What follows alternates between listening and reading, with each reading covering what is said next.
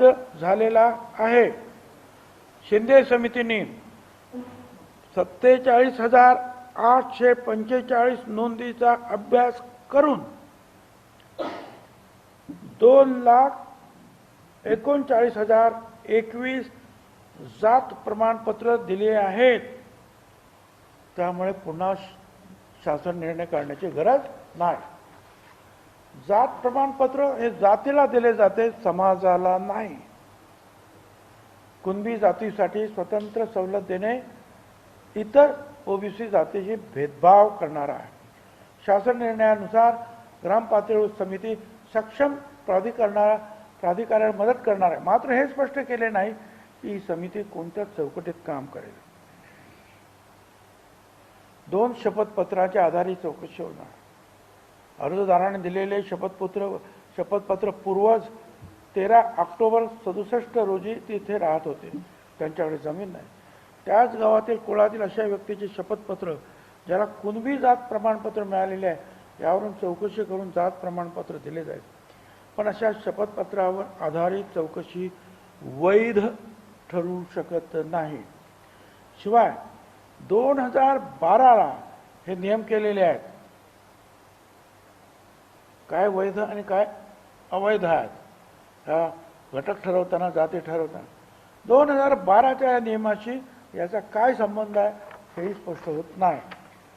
या निर्णयामध्ये रिलेशन म्हणजे जाती नाते संबंध हा शब्द वापरला आहे, नाते संबंध। मात्र सरकारच्या 2000 सालच्या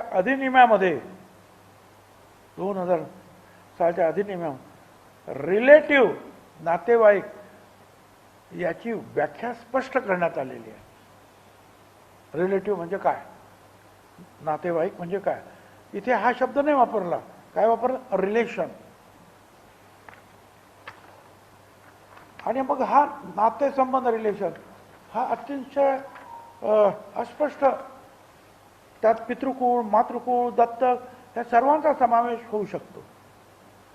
त्यामुळे दूरच्या शेकडो लोकांच्या शपथपत्राच्या आधारे जात निश्चित केले जाऊ शकते, हे धोकादायक आहे। तसेच कुळ या शब्दाचा उल्लेख देखील केलेला आहे, परंतु कुळ या शब्दाची कोणतीही स्पष्ट व्याख्या नाही। त्यामुळे गोंधळ वाढणार। केवळ शपथपत्राच्या आधारे जातीचा निर्णय घेणे हे भारतात कुठेही मान्य नाही।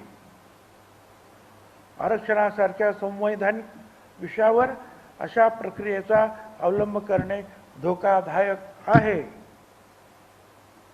आणि म्हणून त्या सगळ्याचा विचार करून 2/9/25चा निर्णय जो आहे त्याच्यातली संदिग्धता दूर करावी किंवा मागे घ्यावा, अन्यथा राज्यामध्ये तणाव आणि अराजकता निर्माण होण्याची शक्यता आहे। हे पत्र आम्ही काल त्यांना दिलेलं आहे।